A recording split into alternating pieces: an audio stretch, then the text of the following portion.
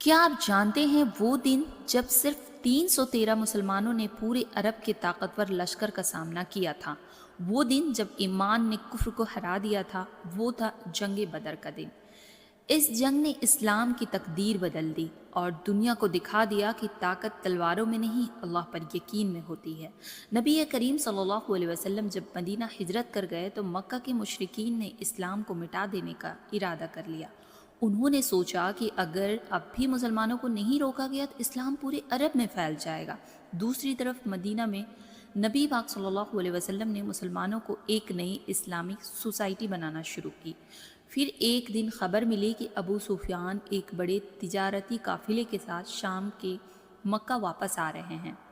یہ قافلہ قریش کا تھا اور اس میں ان کا بہت سارا مال تھا۔ نبی پاک صلی اللہ علیہ وسلم نے کچھ لوگوں کے ساتھ نکلنے کا فیصلہ کیا تاکہ قریش کو یہ پیغام دیا جا سکے کہ اب مسلمان کمزور نہیں ہے۔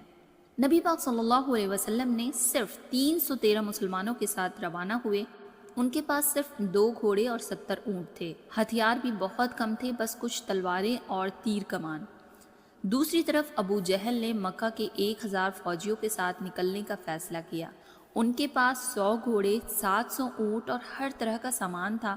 ظاہری طور پر لگ رہا تھا کہ قریش کی فوج جیتے گی، لیکن اللہ کا پلان تو کچھ اور ہی تھا۔ 17 رمضان 2 ہجری کا دن تھا۔ 2 لشکر بدر کے میدان میں آمنے سامنے آئے۔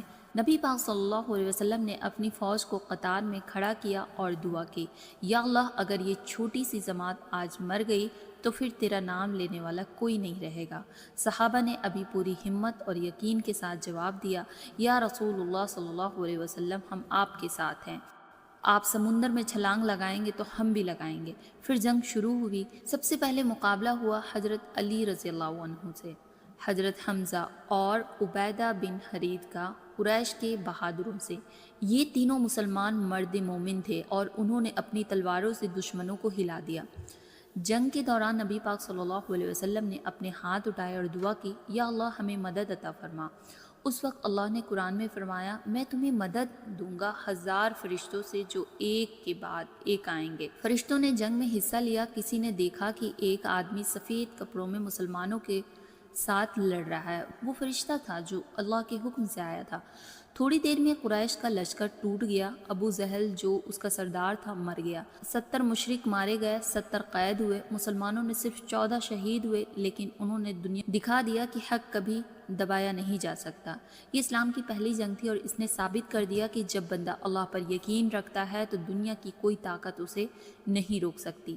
جنگ بدر کے بعد اسلام کی پوزیشن مضبوط ہو گئی۔ عرب کے لوگ سمجھنے لگے محمد صلی اللہ علیہ وسلم سچ میں اللہ کے رسول ہیں۔ مدینہ ایک اسلامی مرکز بن گیا اور مسلمانوں کا حوصلہ بڑھ گیا۔ یہیں سے اسلام نے اپنی روشنی پورے عرب میں پھیلا دی۔ جنگ بدر صرف ایک جنگ نہیں تھا، یہ ایمان اور یقین کا مثال تھا۔ جب تک ہم اللہ پر یقین رکھیں گے کوئی ہمیں ہرا نہیں سکتا۔ چھوٹی طاقت بھی جیت سکتی ہے اگر نیت صاف اور دل میں ایمان ہو۔ یہی تھا وہ دن جب 313 نے دنیا کو دکھا دیا کہ حق کے لیے لڑنے والے کبھی اکیلے نہیں ہوتے، کیونکہ اللہ ان کے ساتھ ہوتے ہیں۔ یہ جنگ بدر کا جو واقعہ ہے ہمیں بہت کچھ سیکھنے کو اس سے ملتا ہے۔ تو پلیز اگر آپ نئے آئے چینل پہ سبسکرائب کر لیجیے گا، لائک اور ایک پیارا سا کامنٹ کر دیجیے گا۔ آپ بہت سارا اپنا خیال رکھیے گا اور ہمیں بھی دعاؤں میں یاد رکھیے گا۔ اللہ حافظ۔